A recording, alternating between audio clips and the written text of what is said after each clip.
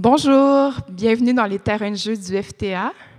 On est dans la 15e édition du festival TransAmériques. Vous êtes avec nous en salle dans notre quartier général et avec nous grâce à la magie du direct.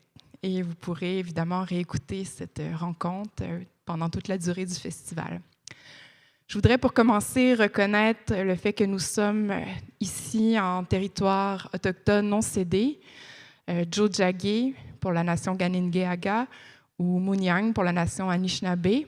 Et ça me semble d'autant plus important de le dire et de le répéter aujourd'hui, alors que je pense qu'il est essentiel d'être de tout cœur dans nos pensées solidaires avec les communautés autochtones qui sont particulièrement éprouvées ces dernières semaines. Donc, une pensée les accompagne et on les remercie de nous accueillir sur leur territoire. I would like to acknowledge that we are on an unceded indigenous territory. Tiohtià:ke, or Munyang, Montréal, is known as a traditional gathering place for many indigenous nations. Today we are pleased to welcome with us Mohammad Al Attar, author of Aleppo, Portrait of an Absence. Mohammad is in Berlin and will be with us through technology. He will be in conversation with Martine Dennewald, who is upstairs over there. Martine Dennewald, with whom I will have the great honor and excitement to be co-directing the festival next year. Donc, on aura avec nous Mohammad Al Attar, qui est l'auteur de Aleppo, Portrait d'une absence, que l'on présente pendant le festival TransAmériques. Il est à Berlin. Martine Dennewald, future co-directrice artistique du festival, est juste en haut ici. Elle va s'entretenir avec lui. Et vous qui êtes à la maison, vous pouvez commenter et lancer vos questions dans la section des commentaires de la diffusion. Et on aura ici Emmanuel qui va avoir un micro au bout d'une perche qui pourra prendre les questions de la salle. Dans le coin, il y a Maria Zarif et Nicolas Centeno qui sont les acteurs qu'on a invités à venir ponctuer la rencontre d'extraits des pièces de Mohammad Al Attar. Alors, je nous laisse maintenant en compagnie de Martine Dennewald. Il y aura peut-être un délai de quelques secondes. C'est tout à fait normal. Merci, bonne rencontre.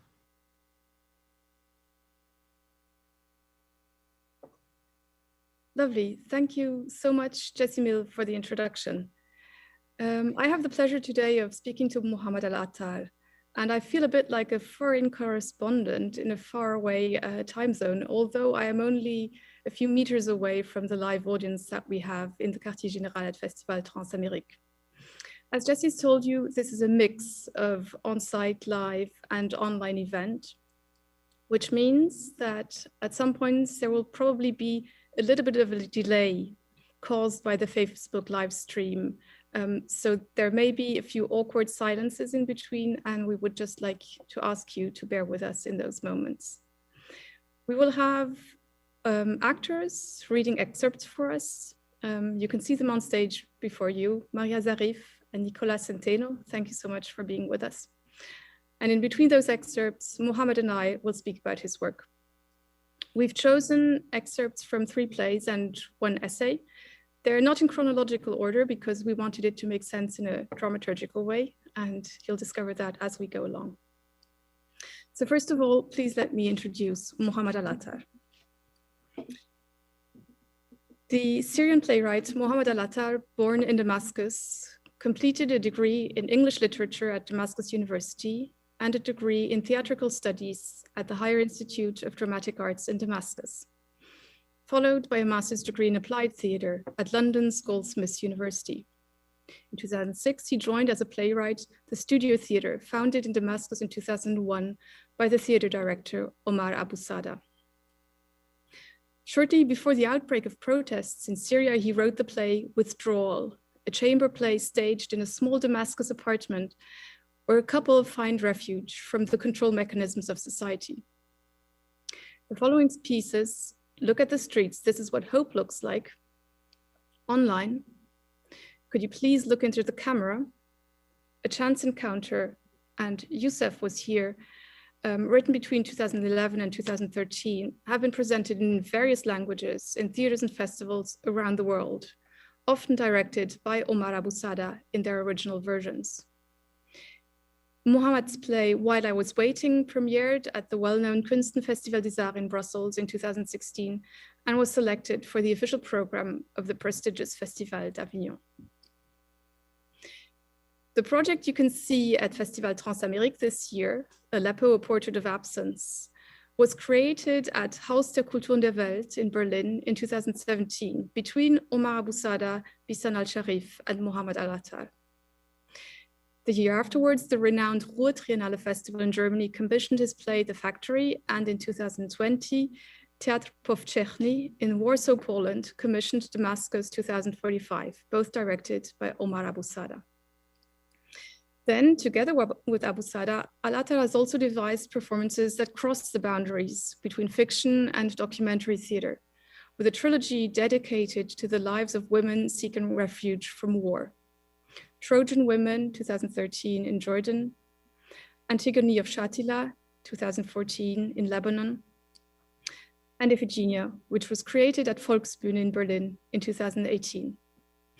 Mohammad Al Attar, who now lives in Berlin, as you've already heard, is considered one of the most important chroniclers of war-torn Syria. Welcome, Mohammad. Thank you for joining us today in Berlin. Thank you, Martine, and I'm very happy. Thank you for hosting me, and very happy to be with you and with the festival, of course, in Montreal.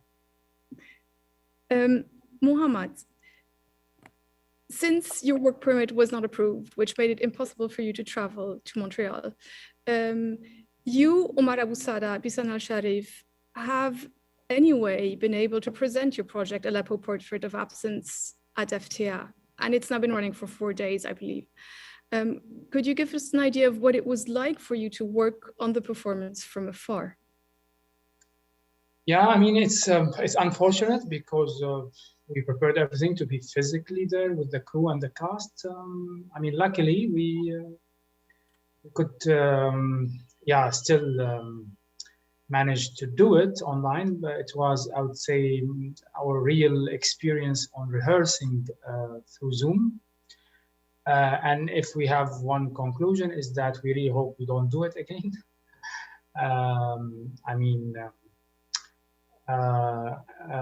Rehearsals are not just about scripts, and memorizing scripts and just technical things. Yeah, they are essential parts of the rehearsal, but this much needed human communication, I think. The presence of everybody in one hall, in one space, was really missed, and that was clear for everybody. But on the positive side of things, we managed. We are collaborating with wonderful, talented actors from Montreal, fantastic crew, technical crew also from Montreal. Definitely they made our life easier. But as I said, it's something we're really not keen to repeat again as much as we can. But of course, now we live in a world, we're still witnessing a pandemic with all its unfortunate consequences. So we have to adapt to all scenarios. So yeah, it is what it is. I can assure you that from the audience's point of view, the stories have traveled beautifully, and the human contact that is made between the actors and the audiences seems to work really, really well. But I'm sure we'll hear more about that from the audience when they get to ask questions at the end of the discussion. I hope so too, yeah. Mohammad, you've written mainly plays, but also quite a number of essays that tend to pop up here and there in international media. Sometimes, or rather often, autobiographical texts. And the following excerpt that will be read by Maria Zarif is a text called in French, Un jour, le vent nous ramènera à Damas. It was published in 2015 in the magazine Courrier International in Hala Kodmani's translation. And I would like to ask Maria to read it to us.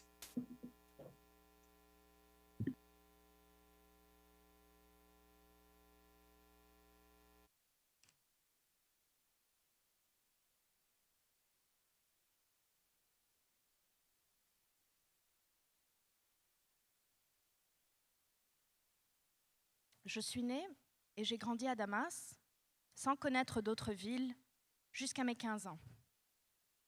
Je l'ai parcouru de long en large, empruntant parfois des chemins peu connus qui conduisaient à des tombeaux du compagnon du prophète, à des asiles de fous ou à des bains publics oubliés.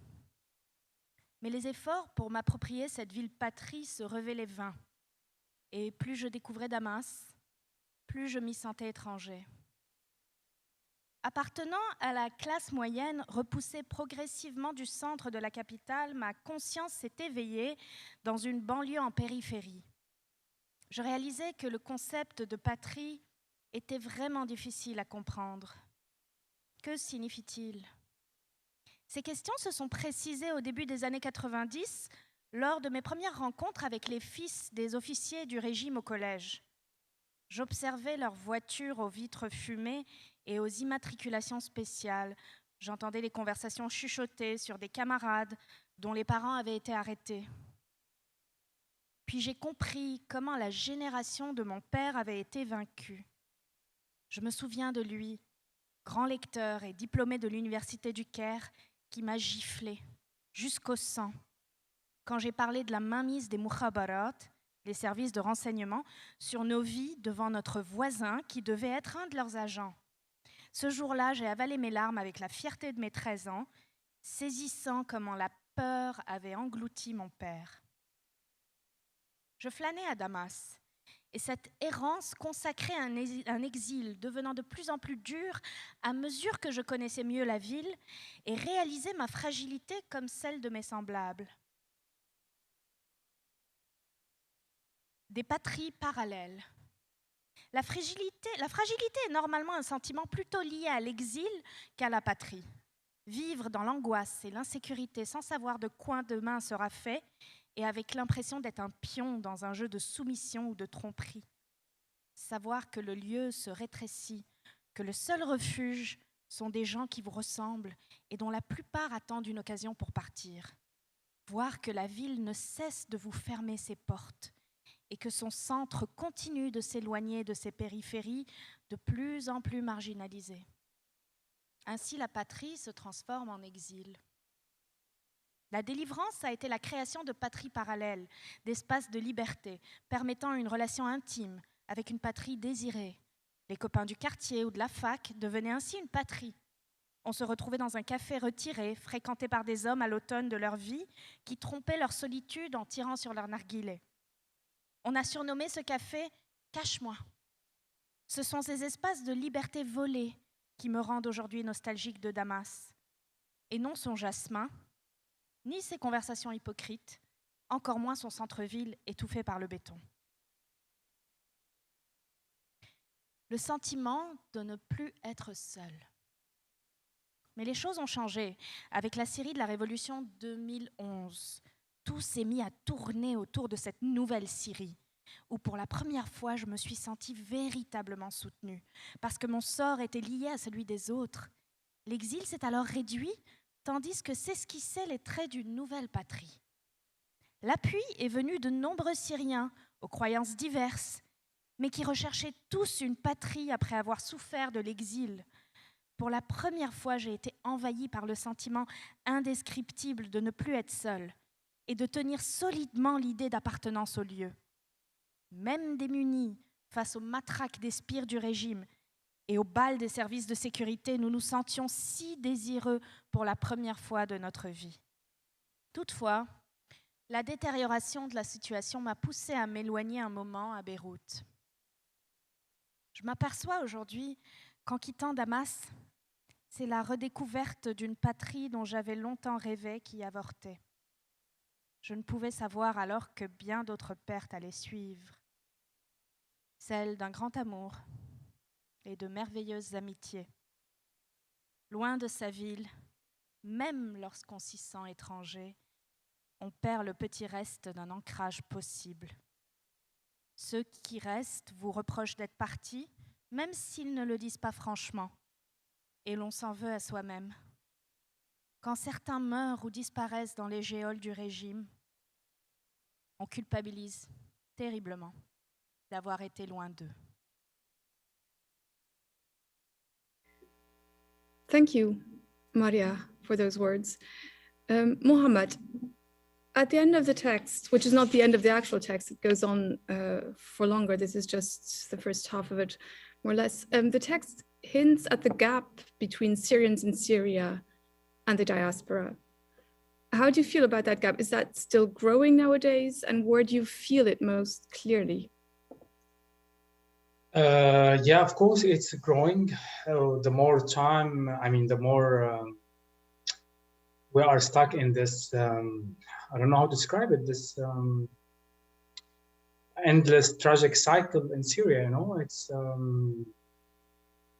there's no end for this, or no clear end in the near future, unfortunately. And I have also to mention here that also Syria is not one Syria now.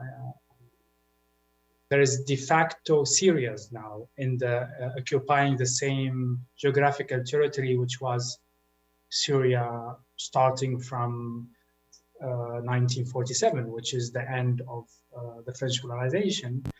And maybe you know that these countries in the Levant or Middle East, North Africa, these countries were, I mean, the political borders of these countries were the direct legacy of European colonization, and of course, the outcomes of the First World War and the Second. Back to Syria, of course, today what you have is you have a few Syrias actually. You have the Syria that is controlled by Assad regime, of course, backed by its allies, Russians and Iranians, and they have, of course, military bases and militias, and they, to a large extent, I think, control things on the ground. And you have part of Syria, northwest, is controlled by opposition troops who are today more or less, I think, militias working under the Turkish autonomy. And northeast the country, you have also militias, mainly Kurdish forces and allies, who are also working under American autonomy. And of course, we shouldn't forget Golan Heights, which is occupied by Israel. So, I mean, this is on ground. You have different Syrias now, and the gaps between these Syrias are also growing because there are different realities in each one of them. And then you have the gap between all these countries, all these territories and the Syrians abroad. And here also, we have to mention that Syrian abroad are living in a different realities. You have the Syrians, 10 or even hundreds of thousands of Syrians who live in horrible conditions in neighboring countries, in camps, refugee camps, especially in Lebanon, in Jordan, Turkey, maybe a bit in Iraq, also especially North Iraq, and you have the Syrians who found ways to proceed to different destinations, like in Europe, North America. I mean, Syrians are scattered everywhere. But generally, yes, the gap is growing, and it scares me actually, because I think, I mean, the beauty of the uprising and the revolution that started in Syria 2011 is that it brought Syrians together for the first time in their modern history.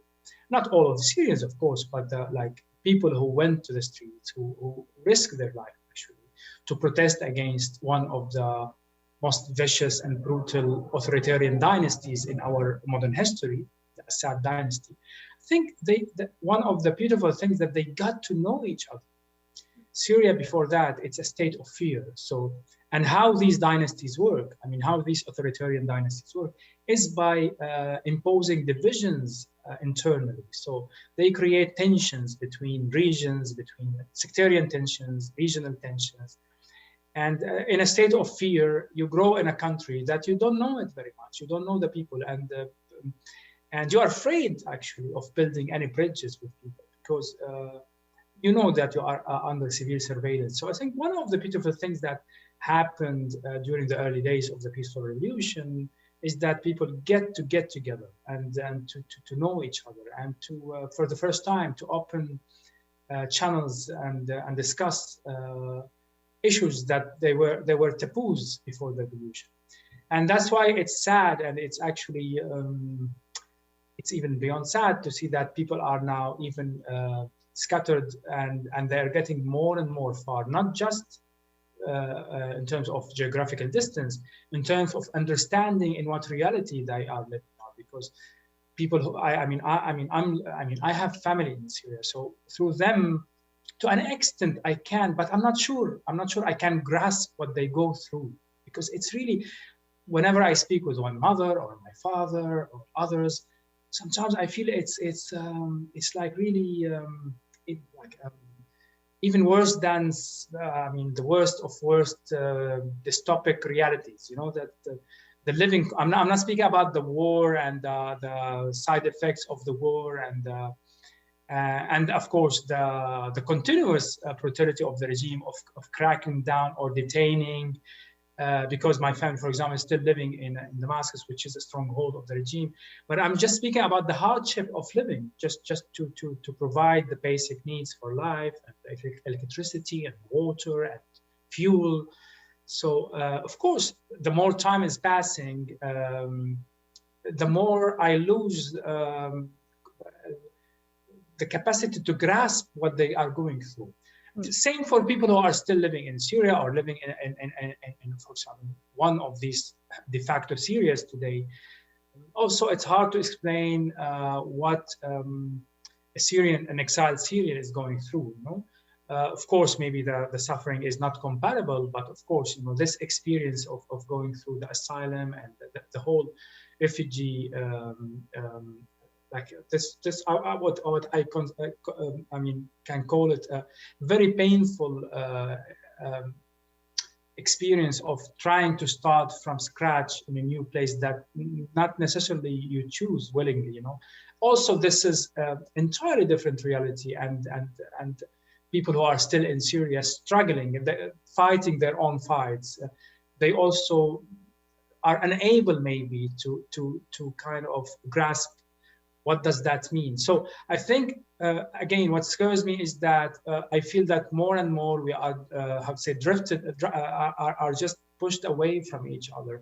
And that actually, for me, could really form a strong obstacle that could prevent us from coming together to maybe articulate collectively or put collectively a vision for what is coming. Because the more you are drawn, the more you are obsessed with your daily life struggles, whether as a refugee or an exiled person, or whether you are still living in Syria under authoritarian regime, fighting for your bread and water, the more it's harder actually to think about a political, for example, solution, or to think about something that could bridge the gaps between Syrians and can maybe pave a way for something that could maybe enable them to put a vision for a transitional period. So that's what really scares me, but it is the reality, and we need to find ways to cope with it, and to find ways to not allow this growing distance to create the obstacles that I just mentioned. Mohammad, I think you have also already answered my second question, which was going to be about creating a narrative of the revolution and maybe also negotiating different viewpoints on those different perspectives, the difficulties also of testifying to things that have happened, the difficulties of us in other places of the world, whether we're part of the Syrian diaspora or just audiences, to really grasp what these things mean. And I wanted to ask you, before we start with the second excerpt, I just wanted to ask you briefly about the choice of theater as a tool to create your narrative of the Syrian revolution, the war. Why theater? What are the advantages of a theatrical framework, of creating characters, of imagining scenes, of gathering testimonials in that particular way?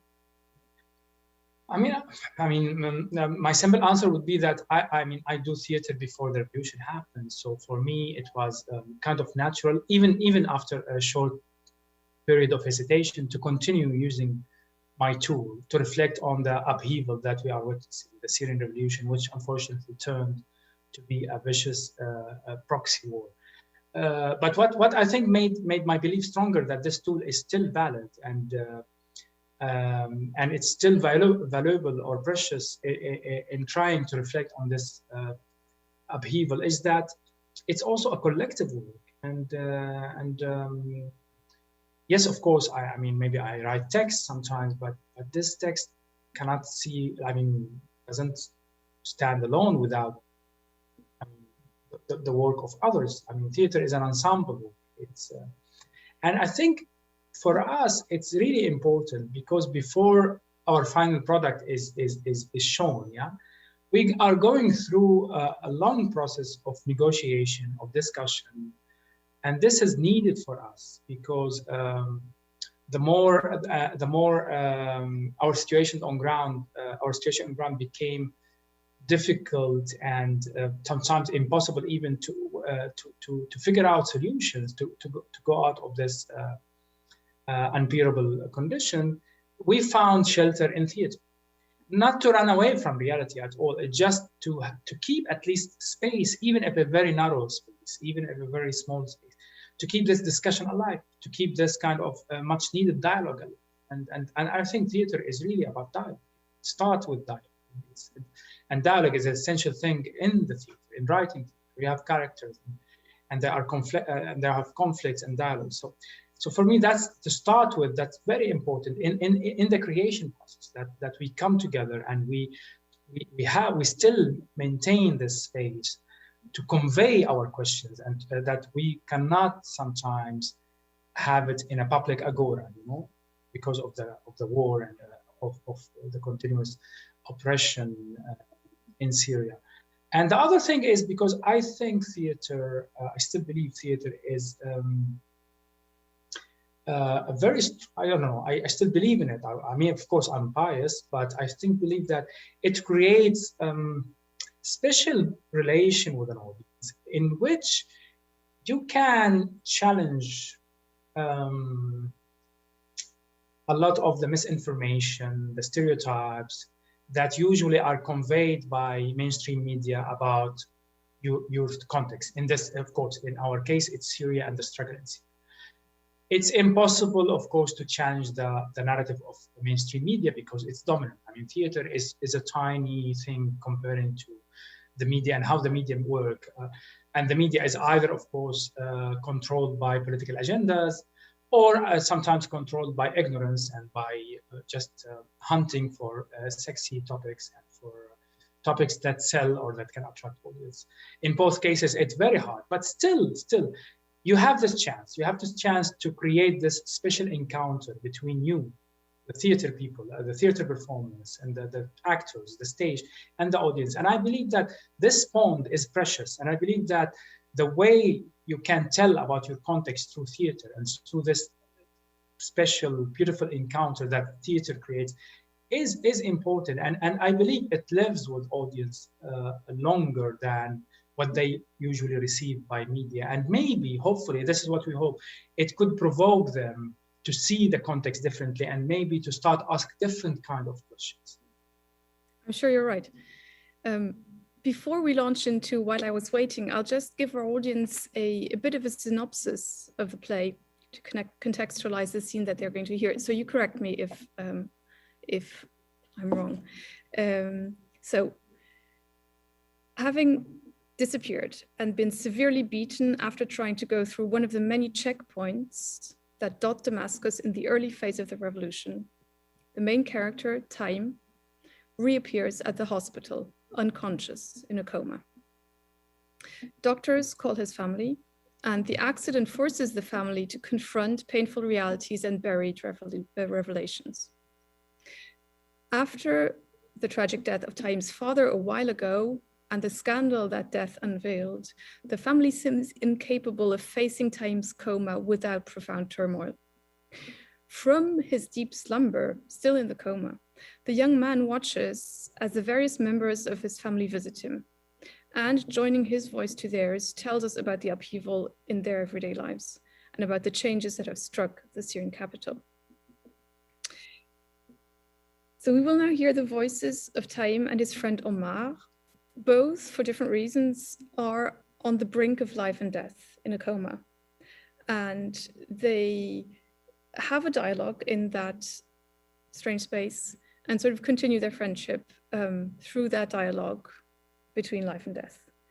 These are both male characters, I should point out, and they are read in a translation by Giulia Shukai Visoso, by Maria Sarif and Nicolas Centeno.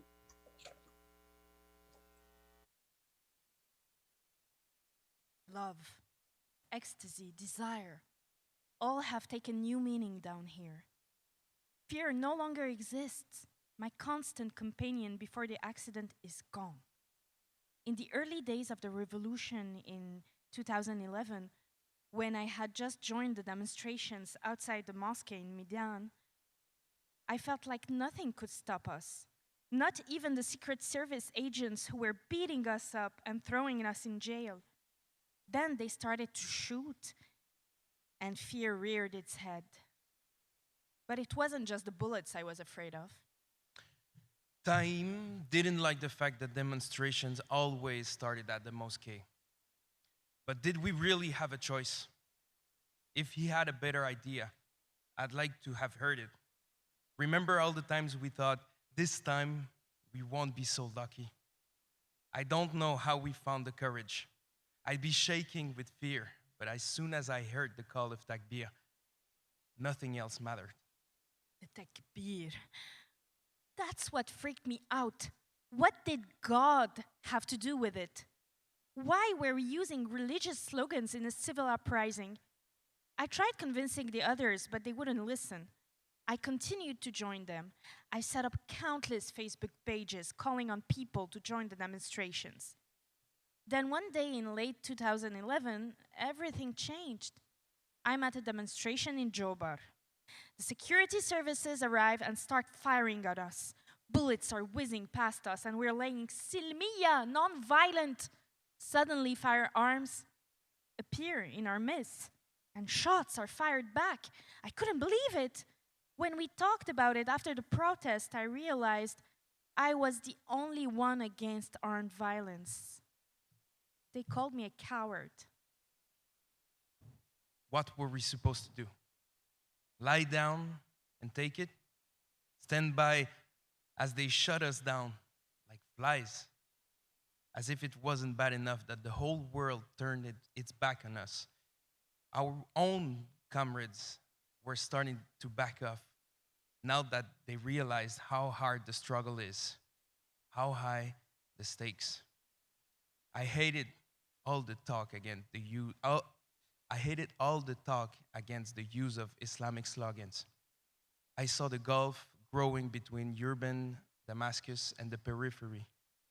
All those secularists who wanted to control every single step, or else they claimed the revolution would end in disaster. I couldn't be bothered with all that. The only thing that matters is that we keep going until the regime falls. Everything was black or white. What's wrong with blue? I wanted the revolution to continue, but without resorting to arms. I had no interest in martyrdom or in heaven. I felt so alone all of a sudden. It was then that I decided to document everything that was happening exactly as it happened. On screen, we see footage of peaceful evening demonstration. Young men dance to the tune of anti-government songs. I started filming with my phone, from behind the curtains at home or from my car, anywhere and any way I could. I was afraid I would forget how we started this uprising. Locked in my rooms for hours, I watched footage of the early demonstrations, just so I could breathe again. I needed to remind myself that we truly created something. I like to believe that these videos would remind others too of what happened and what was really going on in this country.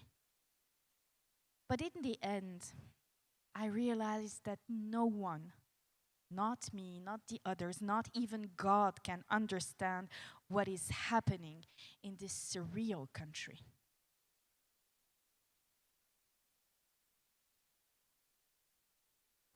For the reading of While I Was Waiting. Mohammad, for a long time, I've thought of playwrights as solitary people who write a text and then deliver it to the theater and others take care of it. Yet you are very much involved in the creation of the original productions of your plays. You've collaborated with Omar Abu Sada for a very long time. Bisan al-Sharif is part of the people we work with. You've got actors that appear now and again. How does that work? How do you gather these people spread out on different continents in order to make a play like While I Was Waiting happen in real? No, I think you're right. I think playwrights are solitary people. I will not argue with that. But of course, on the practical aspect of things, as I said before, theater is an ensemble work. This is the beauty of it. So of course, part of the creation, I enjoy being on my own to do that. Yeah, I mean, I also appreciate that we work. I have this wonderful collaborators that also are great friends. Actually, this is how work relation with Omar, for example, started, because we are friends. We studied in the same drama school in Damascus, and it was there where we met, and yeah, and the friendship started there. So yeah, and because I think because it's a friendship that developed to a work relation and work partnership, I think we kept this kind of discussion and this kind of where also we start discussing things from early phases of the work till later phase of work. So it's not exactly the conventional way of where you have people are just handling their tasks to others and others building on them. Of course, there is part of that, of course, yeah. But I think that the discussion that we have is important for us, that starts very early and continues till later. So for the second part of your question, our dream, of course, was that we all stay in Damascus, and then maybe and that was something we practically were working and heading towards, is to create our own ensemble, like a company, like something in Damascus, where also maybe we would have our own space, maybe not a space where you perform, because that was difficult in Damascus, but maybe just a small space where we can rehearse. And so that was something really we wanted to do. But once we had, like many Syrians many of us were forced to leave, and now we live in different countries or even continents, we have to deal with this reality, which is again very difficult, because now you have the question of logistics, question of visas and finance to every time to meet, and because of that, actually, I think we are, in my opinion, we are lucky and very grateful for also all the opportunities that we had. But I think also we couldn't realize some of the projects that we had and we have, and because of this fact. So yeah. On the other hand, every time we wanted to do a new play, essential part of thinking is all our logistics. Again, so it consumes a lot of energy and time. Where shall we gather? Where shall we rehearse? It's easier when you are commissioned, for example, by Volkspune here in or by a theater in Warsaw or theater in Marseille or wherever, because we know that we are going to this place to work this place. But of course, when we want to do our work, which actually we are not doing a lot recently because it's very difficult, like for example, what we did with While I Was Waiting, because we had this project, we were really thinking about it for a long time, and we wanted to realize it, and we wanted to do it. So we would produce it. And then this is very difficult, because then you don't have one single partner who could provide the logistics, and handle the production terms.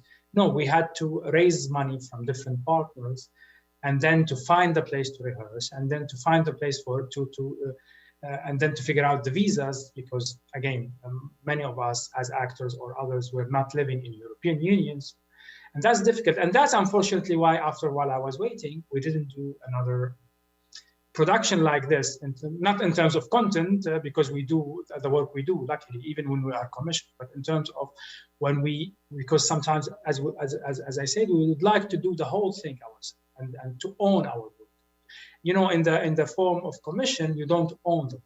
So you are commissioned to do the work, and then the production partner, it's a theater or festival, they own the work, and then you don't have a lot of say about its mobility and about its touring with them, which is fine, of course. So it's, I mean, you have to accept, because yeah, they handle the logistics and the difficult part of the logistics, but on the other side, we don't really control the work or the destiny of the work. So yeah, this is again a part of our reality that we have to deal with and adapt. Yeah.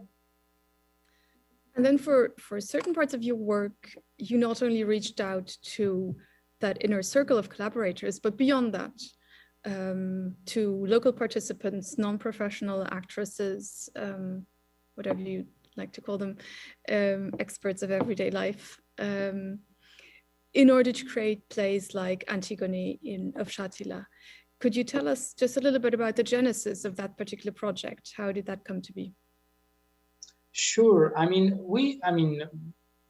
Actually, this is how we started. I mean, our work, my work with Omar started by doing theater with non-professionals or for non-professionals. I mean, we started by adapting Augusto Boal techniques and doing our version of forum theater in a remote and rural and poor villages around Syria, to travel with a bunch of brilliant actors and presenting these forum scenes in villages and faraway villages and working. And then we worked with Iraqi refugees or Palestinian refugees in Syria. And also we work with prisoners. And so this is really a strong part of our practice, and we love to keep it. You know? So working with non-professionals and making them the protagonists. You know? So in most of this experience, they were the performers. So they were the stories were coming from them, but they were also performing themselves or performing their stories on stage. So this is briefly the process. Yeah, and after the revolution, and we had this ambitious to do this trilogy, adapting Greek tragedies with a different group of women, refugees, Syrian women who were forced to leave their homes and towns and villages, and they are scattered now around the globe. And back then we were still, I mean, Omar was still in Damascus, I was in Beirut. And yeah, we started by Trojan Women in Amman. And then the second part of the trilogy was Antigone, or what we call Antigone of Shatila. Of course, the reference here is Shatila camp, one of the biggest refugee camps on the outskirts of Beirut. And then we closed the trilogy with Iphigenia here in Beirut. I mean, of course, in each work there are things in common, but there are also different things. We had to adjust our approach based on the context, which on the country, the context, the regulation, the situation of the refugees. But what was in common in between the three is that we targeted non-professional women who've never been on stage, know nothing about theater or very little, and try to, build on the Greek tragedy with them, trying maybe to find who is the contemporary tragedy, or what is the contemporary tragedy, and who is the contemporary tragic hero today. And because of these three Greek tragedies, of course, why we choose them is because women were the main protagonists on all three classics or Greek tragedies, and that's how we started building our contemporary work based on these stories of these women who were also victims of war, victims of oppressive authorities, victims of patriarchal societies. So we could find a lot of things that could actually resonate with the conditions of the Syrian women, Syrian refugee women. So in Beirut, of course, it was something we went to Shatila camp, and we start to spread the word about the project, and we start to ask who is interested. simply as that. Of course, we were, of course, coordinating with organizations who mainly working on education or humanitarian, of course, response in these camps, not just in Shatila, but Shatila is the biggest camp, but in other camps. And these organizations or NGOs helped us just to meet different groups. And I was going there and telling that we have this project, we want to work with people who are willing to do that. And how this is how things started, really. And we ended up working with wonderful 30 women who actually originally coming from poor and unprivileged areas in Syria. And they ended up in a very, horrible conditions in these refugee camps on the outskirts of Beirut. And it was a journey of 4 months of working with them and devising the piece with them. Again, like building on Antigone, the classic tragedy, but actually focusing on the contemporary Antigone. Who is Antigone today? And how do they see the links between them and these Greek characters, and especially the main character Antigone? And that's how we build the play. And it's a very collective, actually, effort and work. So we will now see how that works on stage. First with a monologue by Mona, one of the participants, and then a short dialogue between the participants on the one hand, and you/Omar on the other hand. So this is Antigone of Shatila, translated by Catherine Holtz from 2015.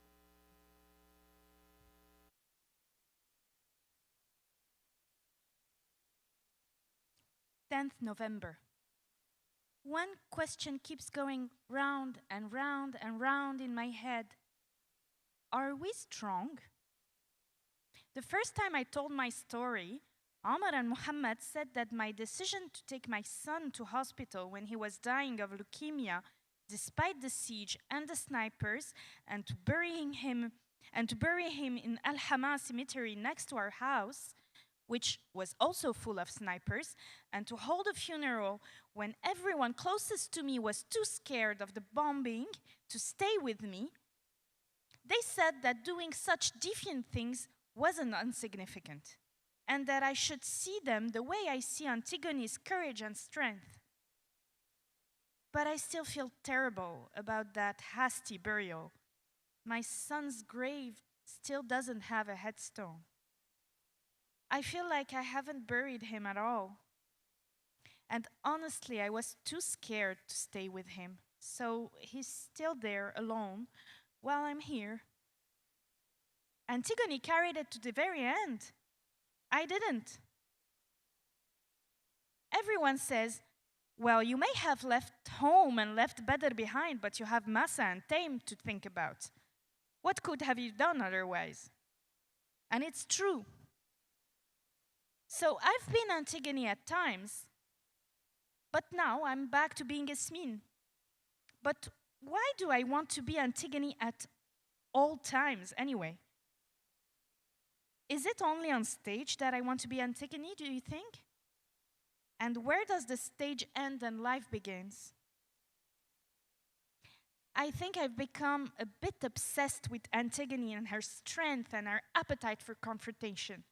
Honestly, I can't tell you how many times I've imagined myself in her place in the part where she confronts Syrian. Last night, I came home late after going out with the girls after work. There's a street I hate going down because there's a gang of druggies from the neighborhood who always hang out around there, armed, and God knows whose side they're on. There's one in particular. No one going past is spared his abuse, not even his mother.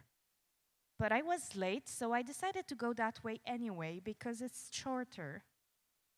And if he started getting nasty with me, I damn well wouldn't put up with it. I wouldn't just walk on by, my head down. So I go down the street, and sure enough, there they are, standing at the same corner as usual. And I keep going, thinking, just let him try opening his mouth today. As I go past them, he says something vicious. And they burst out laughing.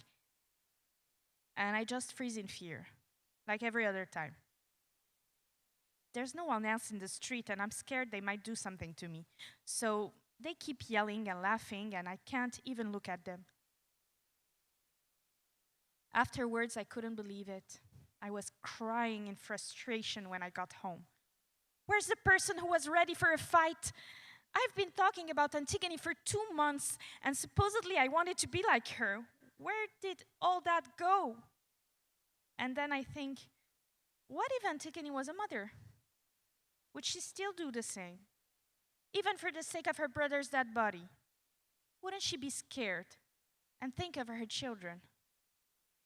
If she weren't a princess, daughter of a king, would she be so strong and self-assured? We're not princesses. No one knows who we are, and no one will talk about us when we die. Even in death, rank and privilege still count. We're poor people, ordinary people.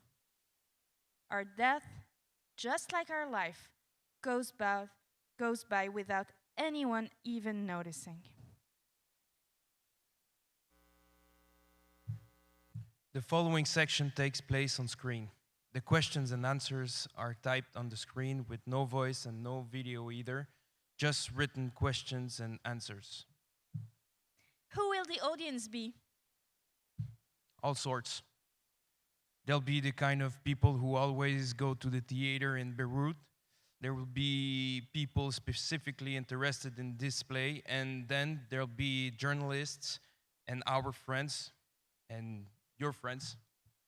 Do you think people will see the poster and come in off the streets? Yeah, exactly. Anyone walking down the street can come and watch. When people see us, do you think they'll change their views about us? Who knows? Maybe. But who cares? The story that you all liked, I'm sorry, I can't tell that one. Can I do the other one, the one I told yesterday? No, you can't do that. The other one's not even about you. So, is this it? This is the play?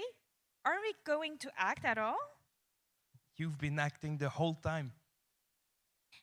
There's a few lines I say at the beginning. Can I change them when my husband comes to see the show? Sure, go ahead and change them. So are you going to do all what other NGOs do? Come and work with us for a bit so we get used to you, then up sticks and leave us? What? You mean we won't see you anymore? No. Of course you will. When we're in Lebanon, we'll definitely meet up. So probably we won't see you then. Will you forget us when the project's over? Of course not. Remember that song I sang for you at the beginning? Can I sing it at the end of the play? Sure. If you want. So that's it? It's all over now?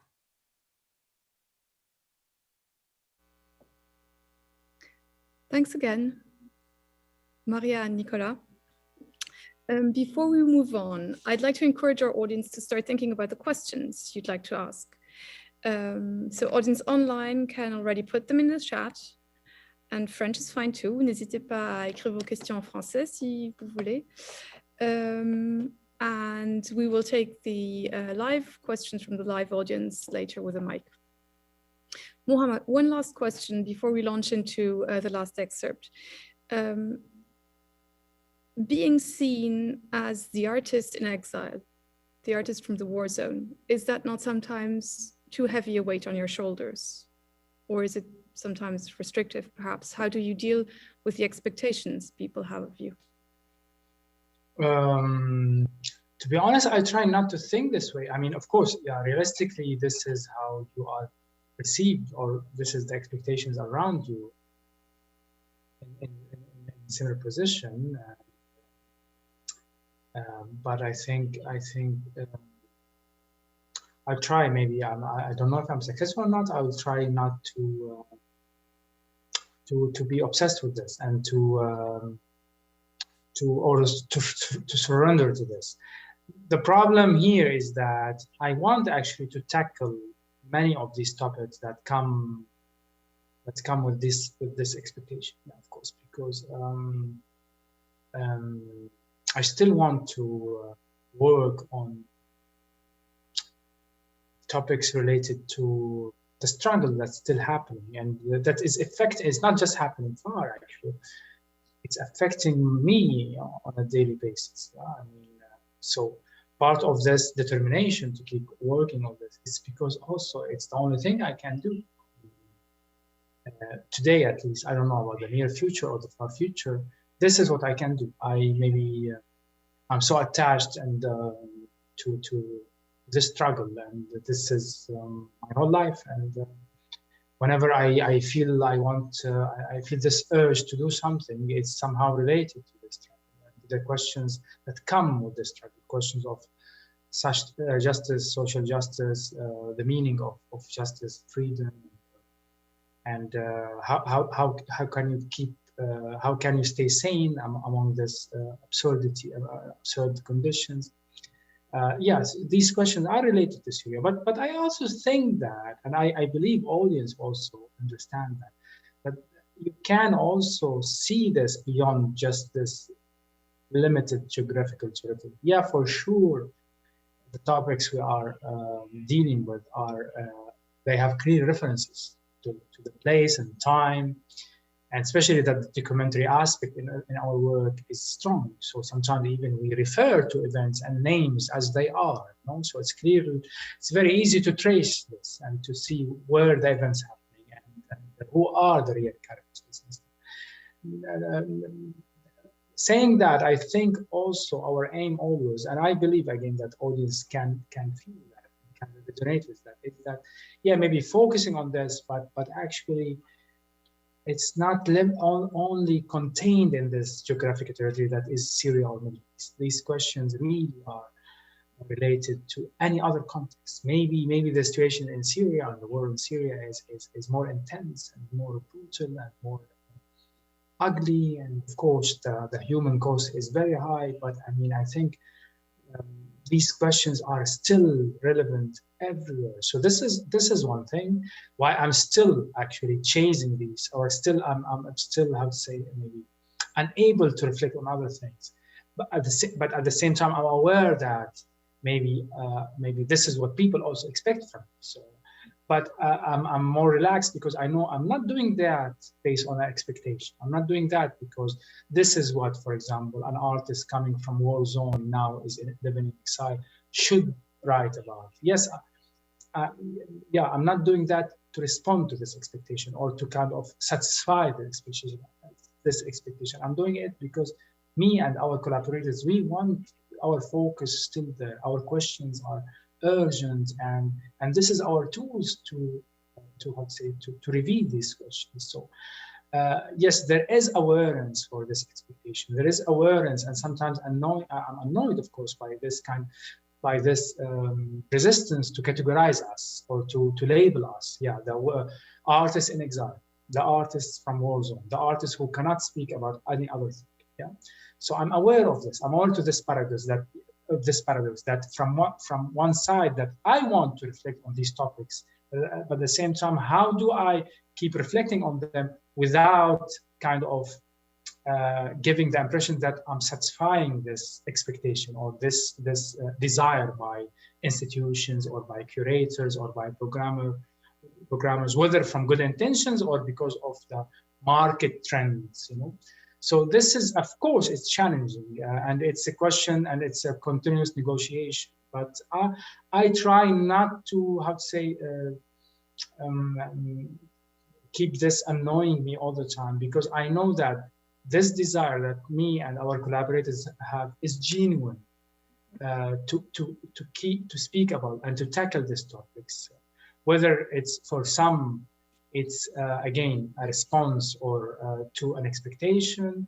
Yeah, if they want to see it this way, of course I cannot intervene in that. I cannot convince each journalist or each critic or each audience member.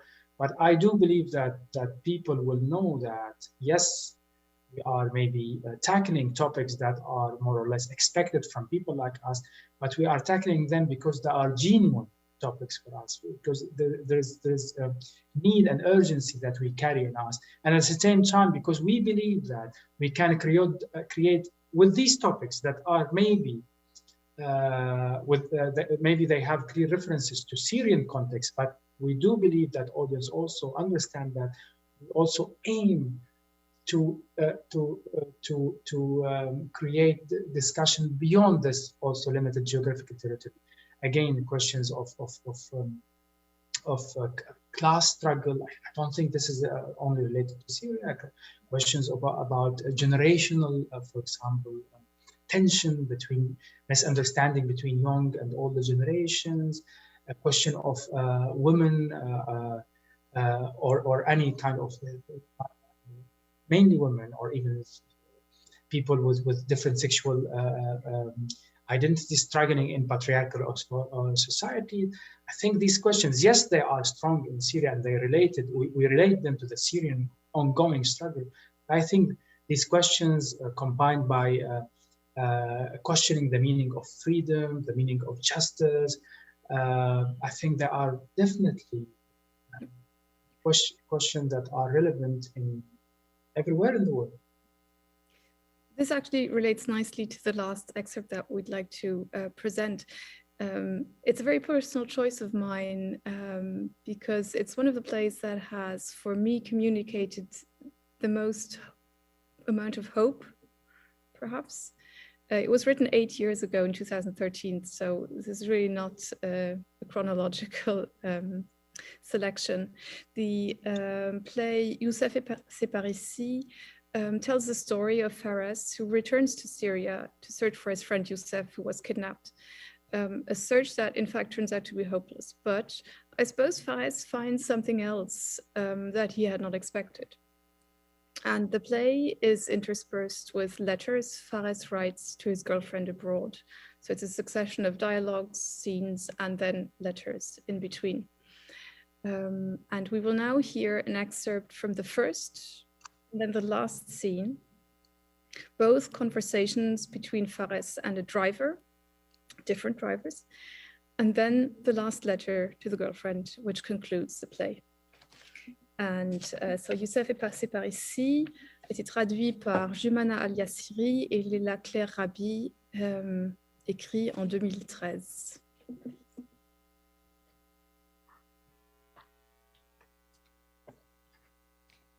En ouvrant le coffre de sa voiture. Dieu merci, te voilà sain et sauf. Est-ce que les Turcs t'ont dit quelque chose? Pas du tout.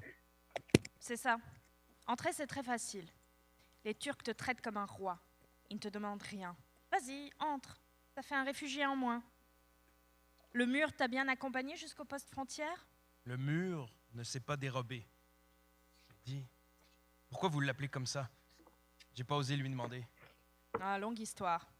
Mais pour faire court, il adore débattre, il s'accroche à son opinion, il est têtu, il a la tête dure. D'où son nom, le mur. Il t'a cassé la tête? Au contraire, il m'a dit à peine 2 mots. J'ai pensé qu'il ne m'aimait pas. Non, il est comme ça. Il a besoin de temps pour être à l'aise avec quelqu'un. Un mur. Il lui offre une cigarette. Je fume pas. Tant mieux pour toi. On y va? Qu'est-ce que c'est? Le camp de Bab el-Hawa. Il n'est pas là depuis longtemps. Mais c'est tout près de la frontière. Pourquoi les gens ne passent pas? Il y a des gens qui font des allers-retours entre ici et leur village en fonction des bombardements. Il y a des gens qui sont venus ici pour passer la frontière, mais ça prend du temps et ils ont décidé de rester ici. Et il y en a d'autres qui ont réussi à passer en Turquie, mais qui sont revenus. Et la situation? C'est la merde. Une vie de chien. On peut s'arrêter, les voir? J'ai peur qu'on soit en retard. Combien de temps tu es resté à l'étranger? 3 ans et quelques. Ça fait longtemps. Depuis avant la Révolution, donc. Je vis à Dubaï depuis 5 ans. La dernière fois que je suis venu à Damas, c'était quelques mois avant la Révolution. Ah. Alors tu vas tomber à genoux et embrasser la terre? Peut-être. Tu es déjà venu ici? Je suis jamais entré par la Turquie. Alors tu vas voir. Un magnifique parcours touristique pour tes beaux yeux. Tu vas d'abord nous excuser. La première chose que tu vois de la Syrie libérée, c'est ces camps de merde de déplacés.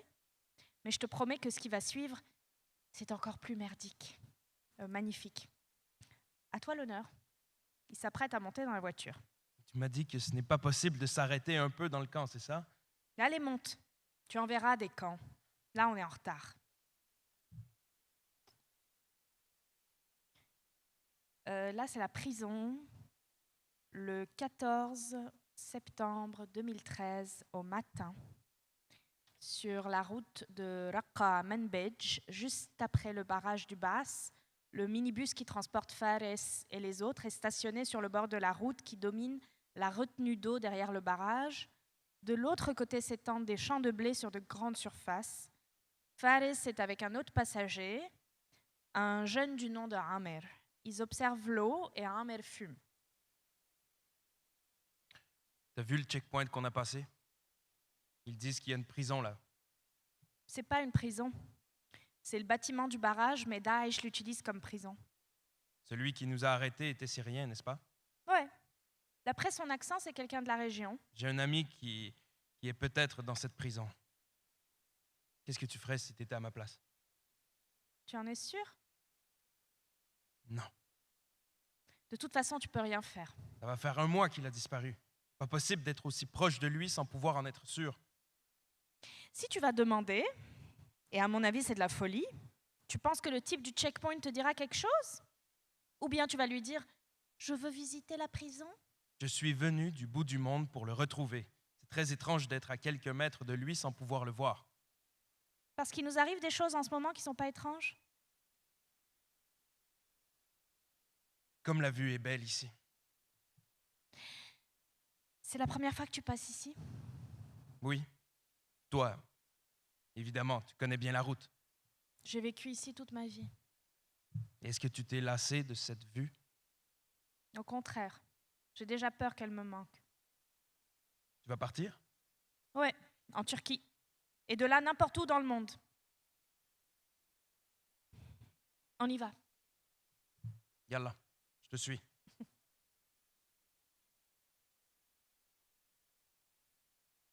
Il reste à regarder l'eau. Ouda,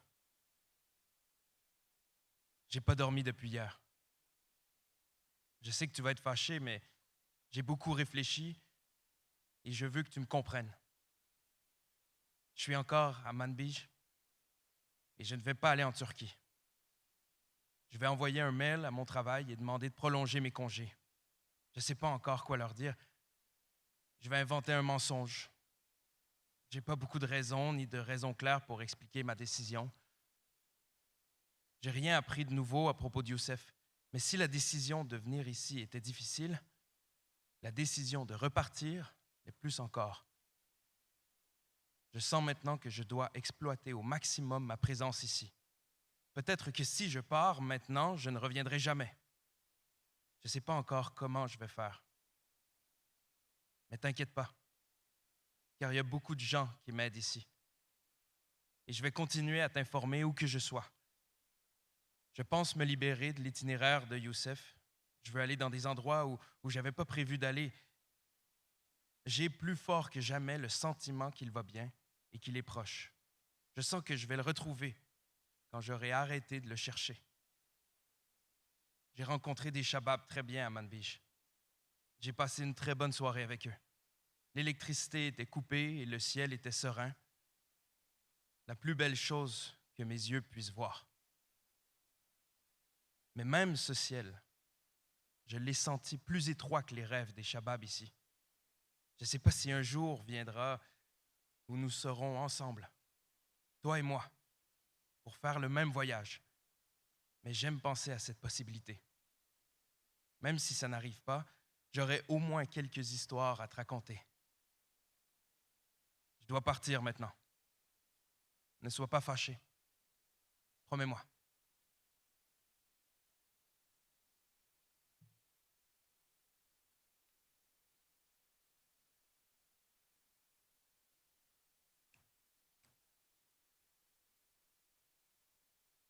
Time where the delay between the Facebook Live and the Zoom will become most apparent, unfortunately. So if people in the audience, if you speak very loud and clear when you ask your questions, maybe I'll hear you through the window and I won't have to wait for the Facebook Live and the delay, and I'll be able to repeat them to Mohammad. So please, and don't hesitate, posez-nous vos questions en français aussi. Je vais les traduire pour Mohammad.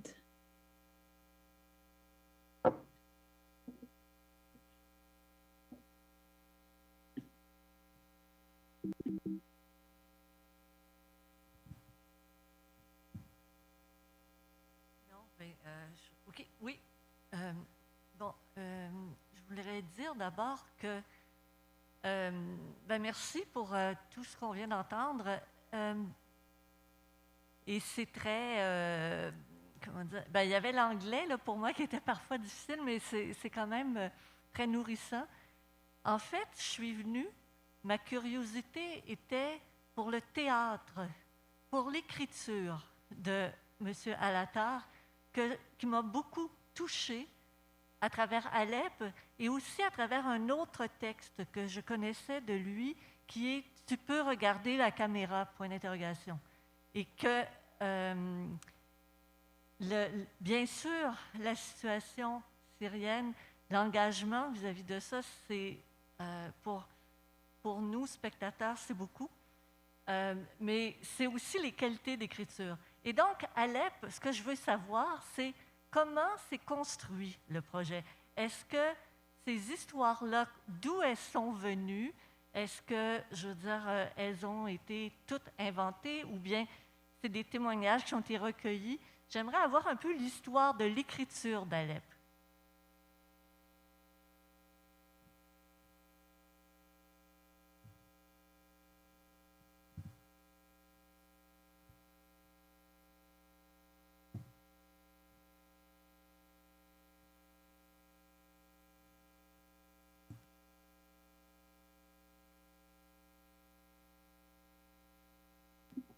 Great.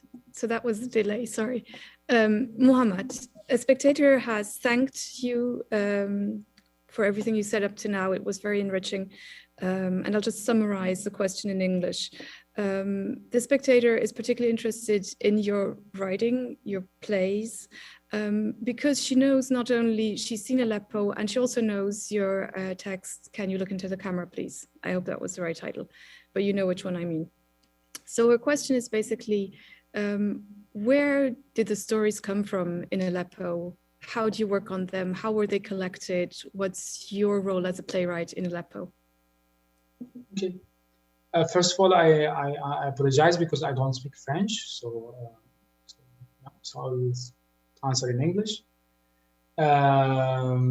For Aleppo, A Portrait of Absence, for this project, it's after I mean, we come up with this idea, and we knew that we want to work on testimonies, and also we had kind of the format kind of clear. Of course, we changed things till we reached the format that you see now, for example, in Montreal. I started to interview people of course, with others who I asked to work with me. We wanted to interview not just 10 people, because now we ended up in the performance using 10 testimonies as the main pillars, or the 10 stories that really create the performance. But actually, we interviewed around me and the team that worked with me, around almost a bit less than 30 persons. They are all from Aleppo. Most of them, the majority of them, were displaced either to other regions in Syria, but the majority to either neighboring countries or even far away. And the key question that I start the interview for each one of them is, tell us about your most beloved place in the city, not your home, not your house, not your home. A place that also means the whole city for you, metaphorically, of course. I think each one of us, we have one or two places that when you are far from your home or your city, I mean, this place can kind of represent the city for you, or no, and that was the key questions. Who are these people? Really, what bring them together only was that they were from Aleppo. They are inhabitants of Aleppo, or originally from Aleppo, or inhabitants, people who born and raised or lived a long time of their life of Aleppo, and they consider Aleppo the city or home. And we tried, of course, my goal was to reflect, because Aleppo is a city with a wonderful social textile. So it's rich with its ethnic and religious and like religious groups, and they coexist in a wonderful way historically, of course. So we try to reflect on that. We try to reflect also on the social classes, and so people from maybe middle class, people from the working class. Also, we of course definitely we wanted to reflect on the generational gaps on the region, and how different generations reflect on this relation with the place, and which is practically the city. So there were younger people, older people, there were also women, men. So that's what kind of formed our quota, if I might put it like this. And again, for each one of them, we had this question, the key question. For us, this question also, it means that because the stories or the answers that they gave us, because it was an interview, it was not just one long monologue as we have now in the play. We had, so it was questions and answers and then dialogue. For me, this key questions was a way actually to know more about the city, and to kind of collect these precious memories of people about the city that tell, yes, on the first level, these testimonies tell about these specific places and describe them in a brilliant way. But actually, slightly, if you go beyond that level, you can see a wonderful personal accounts about socio-political, economical history of the city from during the past, 50 or 30 or 40 years. And that was actually also one of. Okay, to the second part, what was, of course, here again, my role as a playwright is not very conventional. What I did is that after I had these interviews, I had to transform them to monologues, because this is now what we have in the performance. We have 10 long monologues. So it's a simple process of rewriting interviews into monologues, where I tried as much as possible not to intervene that much, because I wanted to keep the unique voice of each character in the monologue. Of course, sometimes maybe I had to intervene more here or there, but generally that was the approach. It's a minimal treatment to transform what was wonderful and long, and sometimes so very intimate conversations for hours, sometimes lasted for hours, into intense one long monologue for each character. So this is where I intervened as a writer. And of course, there is some other fictional parts in the performance, like the monologue, or the prologue, which is the introductory text, which of course was a fictional character that I had to create to present kind of an introduction, and let's say a small monologue or short monologue, which kind of plays a role of introduction for the real, or the monologues of the real characters. So again, it's a really unconventional way of working as a writer. It's more kind of treating interviews and testimonies. And I'll ask a very quick follow-up question. What do you do with the testimonials you gather from the spectators? Does anything happen with them? Yes, of course. No. We made this clear, I think, during the performance for those who attended or will attend. We send for the spectators who choose to send something back using this recording device, which is part of the plot of the play, of the game of the play. As actually the actors tell the spectators, we do precisely what the actors tell them, that if you want to leave something back after you listen to this character or that character story, if you want to leave something back, please record it here, and nobody else will hear it. It's from you to the real character. And this is what we do, actually. By the end of each run of the performance, like what we did in many cities, and now what we'll do on Montreal, we will collect these voice messages that were left by the spectators and file them. And I will personally send each file to the 10 characters without me listening to them, and before that without the actors listening to them. We think this is a very important part of keeping this kind of beautiful bond that we hope will create between a spectator and a character from Aleppo that they never met in real life. Maybe they will never meet. I hope maybe a chance they will meet. The probability of that, it's very narrow. But then you created this kind of beautiful bond, strong bond, in my opinion, based on narrative, based on words, based on precious and intimate stories, you know. And then each one keeps the story for himself or herself. And that's why we do not intervene. We do not listen to these stories. We cut them. We send them to the 10 Aleppan characters as the spectators lead them, without any intervention. Great, that's a nice description of the role of playwright as someone who ferries things, like a ferryman, like someone who's about ferries stories. Yeah, it is. And in this specific context, yes, it is. We have time for one or two more questions. So I'll just be silent and see if something comes up.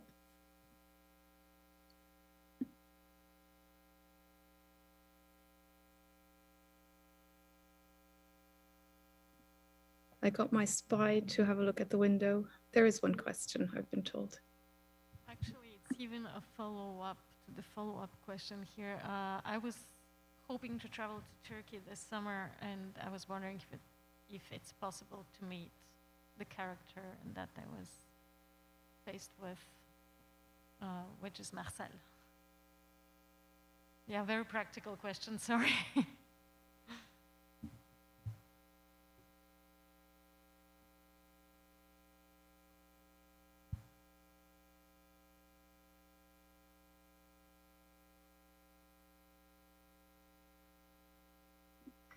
This is really beautiful, Mohammad. The person asks, she's going to travel to Turkey in summer. Can she meet with a character? I just have to ask him or her. Yeah, that's simple. Okay, so I suggest that's simple. It's I cannot. I mean, I cannot decide this. Of course, it's up to the. Yeah, I think. I just can ask, and people can decide for themselves. And why not? It would be a nice thing. Yeah. Great. So maybe if the spectator leaves her email address at the festival. Yes, of course. I mean, again, spectators can leave whatever they want. It's really totally. I mean, it's. And I think those who attended the performance or who attend, they see even technically they are just them alone with this recording device, and they are recording something. So whatever they want to leave, they can leave. This is totally up to them. They can share personal information or not. I honestly don't know. I've never heard these messages, so it's totally up to them to do that. Great. Any other questions?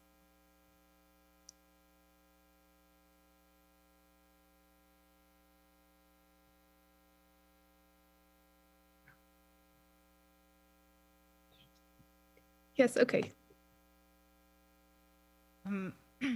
First of all, thank you very much for everything today, and also for this wonderful play, Aleppo. I have a question about the setup of the play. I was wondering, like, it was a very, like, it creates this very intimate moment with one person, but I would have actually loved to hear one or maybe two other stories, and I was wondering if the setup with the one-on-ones is, if this is something that came up due to the pandemic and the restrictions, or if you're thinking of maybe create a bit of a more fluid play where you can maybe visit another part of Aleppo.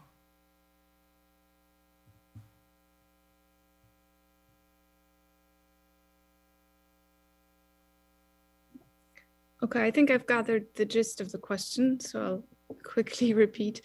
This spectator who's asked the question would have liked to hear more than one story. A desire she shares with many, I believe. So is this something that was built into the project from the very beginning, the fact that one spectator hears one story, or is it due to the pandemic? No, actually, it was built from the very beginning. It has nothing to do with it. It's definitely a valid question, and I do understand this curiosity. It's very legitimate one. But actually, part of the whole format, how we build it and how we imagine it, is that there is random also thing in this performance. You come to the foyer or to the entrance, you are faced by this big map of Aleppo, and then you are asked to choose a puzzle piece, which is technically will lead you to one actor only. And this puzzle piece represents one of the places in Aleppo that you will also metaphorically visit. You will visit through the story that you listen to. So we wanted to, we thought that this random factor is nice because it's like life, you know, you just go and you listen to a story and it's unexpected. And then I think it's, it's up to you to find ways maybe to satisfy this curiosity about the other stories or about the whole city. So I just can give an example about observations, because sometimes I just observe how spectators, they just speak to each other after they leave. So this is for me beautiful also, that they exchange things, the spectators, because each spectator met one actor or actress and then listened to one story and then they leave the space. And for me, it's a very beautiful moment when spectators also, who sometimes or most of the time, they don't know each other and they come together also to exchange, you know, or to satisfy this desire and curiosity. But back to how we build it, yes, I mean, we wanted to create, I mean, we thought that this random factor is very genuine and very real, that you visiting a place that you don't know, you are, and then you are encountered by this story about the place that most probably you've never been and never heard about it, and yeah, and that's your share of this. I mean, of course, without knowing why, because always spectators are picking these puzzle pieces based on instincts, because the puzzle pieces not intentionally, they are not written in French or English, you know, so they are only Arabic letters and they refer to places that are not known, even sometimes for people from Aleppo, they don't know all these places. So, and then this is what you choose. It's something random, but there's beauty in this randomity or randomness. I don't know the word in English. And then this is your share of this choice. And this is, what is unfolded based on your choice. And yeah, that was something intentional, actually. You know, Mohammad, did I tell you that my parents, when they saw the show in Hanover, they actually went back and saw another story? So that's super nice also. It's also, yeah, sometimes it's happened, but mostly because they also not always there's tickets available. So. But honestly, I saw this many times as an observer, where people went out and tried to exchange what they also got in the performance, which I thought it's beautiful. And it doesn't happen often in theater. Of course, yeah, it's when we go to theater, sometimes we discuss what we saw, but we do not tell each other what we saw. I mean, because everybody, I mean, usually in this performance, everybody leaves the show with one story told to him or her specifically, so nobody else knows it.